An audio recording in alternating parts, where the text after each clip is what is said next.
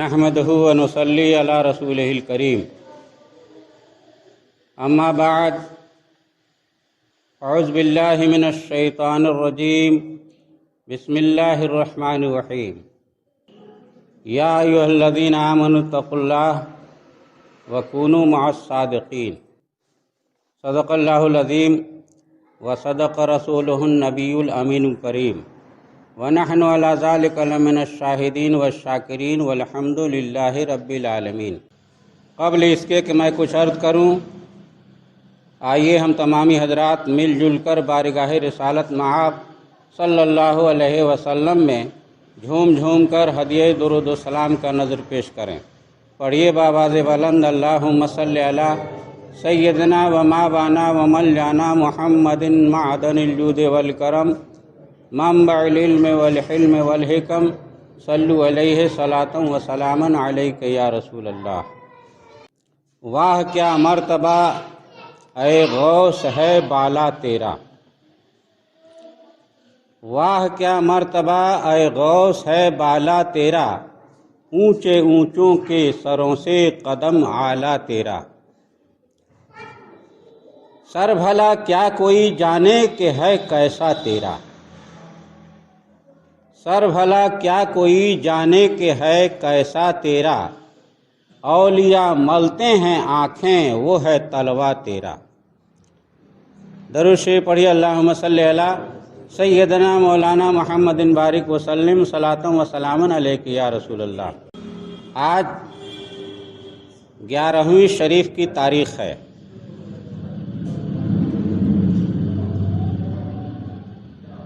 حضور سیدنا غوث العظم شیخ عبد القادر جیلانی رضی اللہ تعالی عنہ کا وصال مقدس اور نظر و نیاز کی تاریخ ہے آج۔ اللہ تبارک و تعالی نے حضرت غوث العظم رضی اللہ تعالی عنہ کو وہ شان عطا فرمائی ہے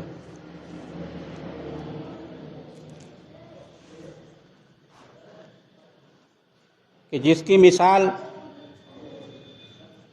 نہیں ملتا۔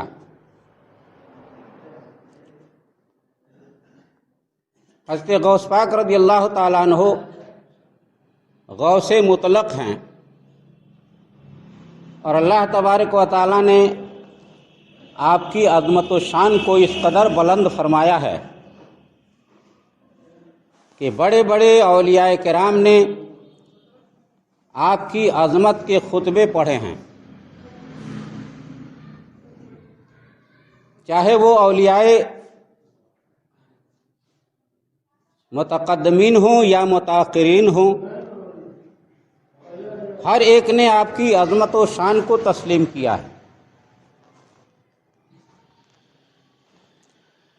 اور اسی کے تعلق سے میں آپ کے سامنے یہ عرض کروں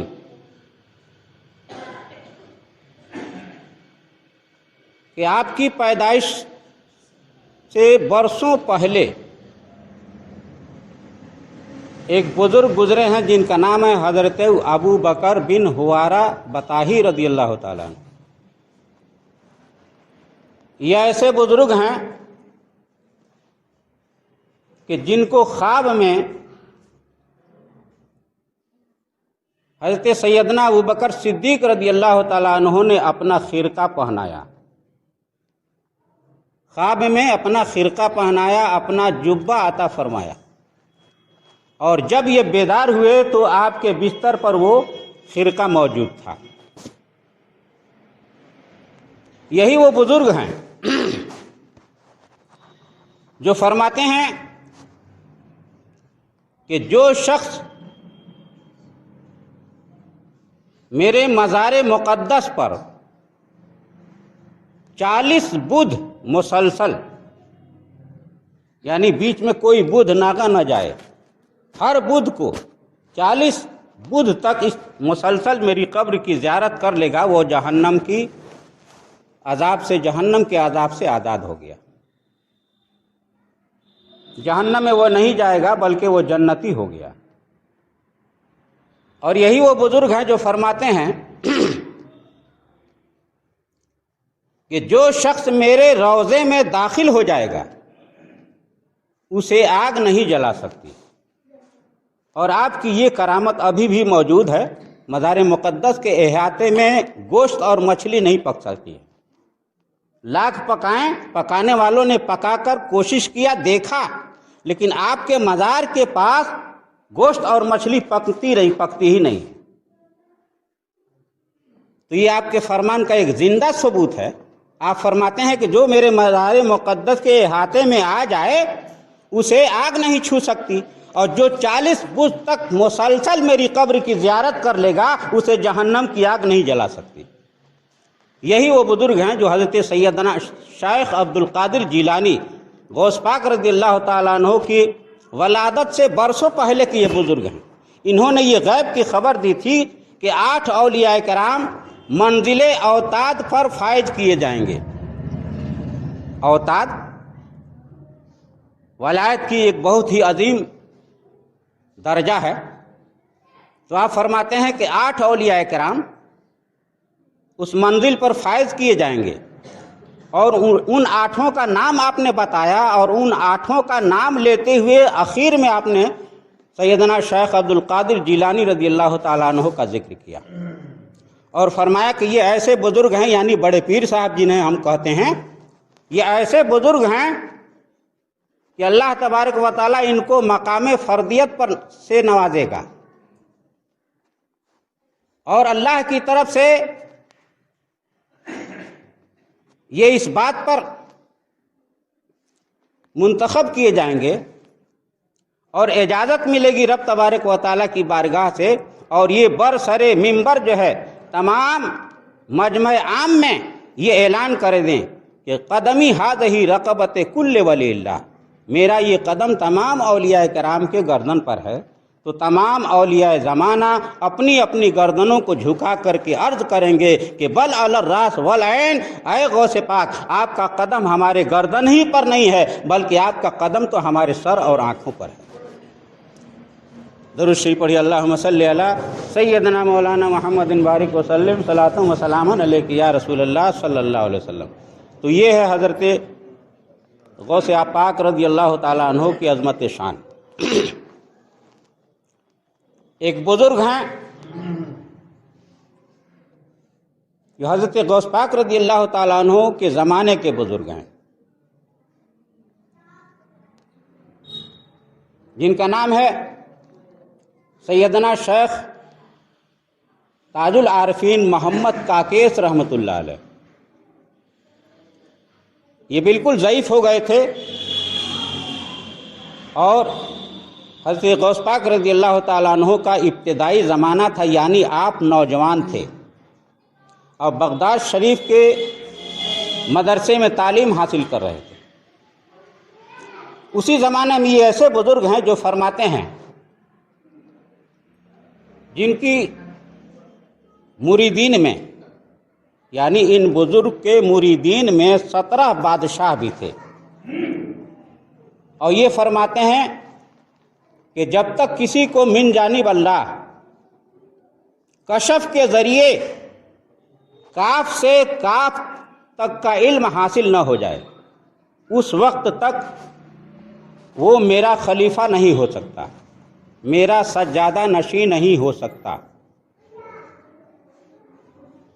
کاف سے کاف تک، یہ کاف سے کاف تک کا مطلب کیا ہے؟ پہلی کاف چھوٹی کاف سے ہے کاف، اور دوسری کاف بڑی کاف سے کاف ہے۔ تو پہلی کاف جو کاف ہے اس کا مطلب ہے کن فیکون۔ قرآن مقدس کی ایک آیت ہے، کن فیکون کی طرف اشارہ ہے اس کاف سے، اور بعد والا کاف جو ہے بڑی کاف، اس سے اشارہ ہے وقفہم انہم مسئولون، اس آیت کی طرف اشارہ ہے۔ مطلب یہ ہے کہ جب تک کسی کو ابتدا سے لے کر کے اور قیامت تک کا علم حاصل نہ ہو جائے، کب کیا ہوگا، کیا ہو چکا، اور قیامت تک کیا ہوگا، کشف کے ذریعے جب تک یہ علم حاصل نہ ہو جائے تب تک وہ میرا سجادہ نشین نہیں ہو سکتا۔ یہ اتنے بڑے بزرگ ہیں.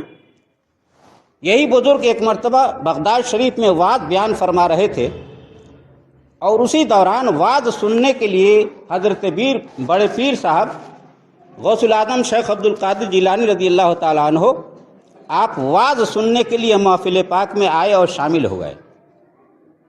جیسے ہی وہ محفل میں بیٹھے وعظ سننے کے لیے، تاج العارفین محمد کاکیس رحمۃ اللہ نے لوگوں کو مخاطب کر کے فرمایا کہ اس بچے کو مجلس سے باہر نکال دو. چنانچہ کچھ لوگ اٹھے اور اس لڑکے کو ہاتھ پکڑ کر کے، یعنی بڑے پیر صاحب کا ہاتھ پکڑ کر کے مجلس سے باہر کر دیا. پھر چند لمحے کے بعد سے آ کر کے محفل میں شامل ہو گئے، وعظ سننے لگے.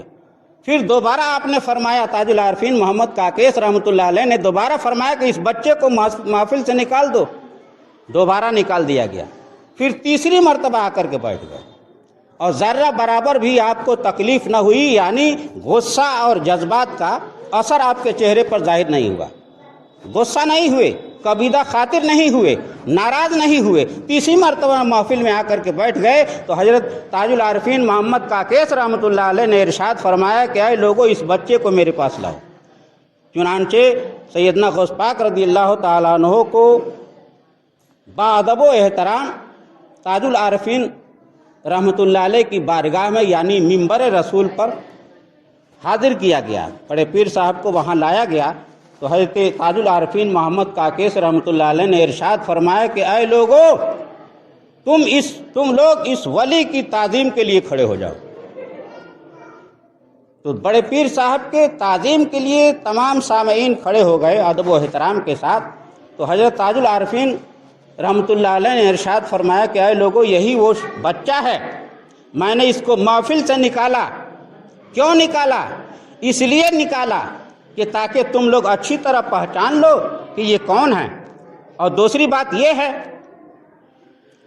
کہ ان کے صبر کا عالم کیا ہے. ان پر ذرہ برابر بھی کوئی ان کی توہین کرتا ہے،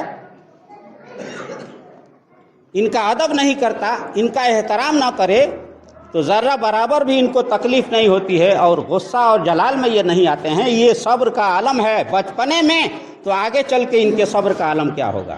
تو یہ دو باتیں تھی. ایک تو یہ کہ ان کا پہچان کروانا تھا، اور دوسرا ان کے صبر کا امتحان لینا تھا، اور تم کو بتانا تھا کہ ان کے صبر کا عالم کیا ہے، کہ ذرہ برابر بھی ان کے دل پر ٹھیس نہ لگی اور یہ رنجیدہ خاطر نہ ہوئے اور محفل میں بار بار آتے رہے. تو یہی وہ شخص ہیں جو میرے بعد قطب الاقطاب ہوں گے. کیا ہوں گے؟ قطب الاقطاب، یعنی تمام قطب. اولیاء کرام کی جماعت میں قطب بھی ایک بہت بڑا درجہ ہے. تو قطب الاقطاب یعنی تمام قطبوں کے یہ قطب ہوں گے. اور یہی وہ شخص ہیں کہ ایک زمانہ ایسا بھی آئے گا کہ اللہ کی طرف سے یہ مکلف کیے جائیں گے، اللہ کے حکم سے یہ بھری محفل میں یہ کہیں گے کہ قدمی ھذہ علی رقبۃ کل ولی اللہ. میرا قدم تمام اولیاء کرام کے گردن پر ہوگا ہے. تو آپ یہ جب اعلان فرمائیں گے تو تمام اولیاء زمانہ اپنی اپنی گردنیں ان کے سامنے جھکا کر کے ان کی ولایت کا لوہا مانیں گے. تو یہ ہے حضرت غوث پاک رضی اللہ تعالیٰ عنہ کی شان. رب کی بارگاہ میں دعا ہے کہ اللہ تبارک و تعالیٰ ہم تمامی اسلامی بھائیوں کو سیدنا غوث پاک رضی اللہ تعالیٰ عنہ کی محبت سے ہمارے دلوں کو منور و مجلہ فرمائے، اور حضور نبی کریم صلی اللہ علیہ وسلم کی سنتوں پر چلتے ہوئے اور سرکار غوث پاک رضی اللہ تعالیٰ کی محبت میں ہم سب کا خاتمہ بالخیر کرے. آمین ثم آمین بجاہ سید المرسلین صلی اللہ تعالیٰ علیہ وسلم. وآخر دعوانا ان الحمد للہ رب العالمین.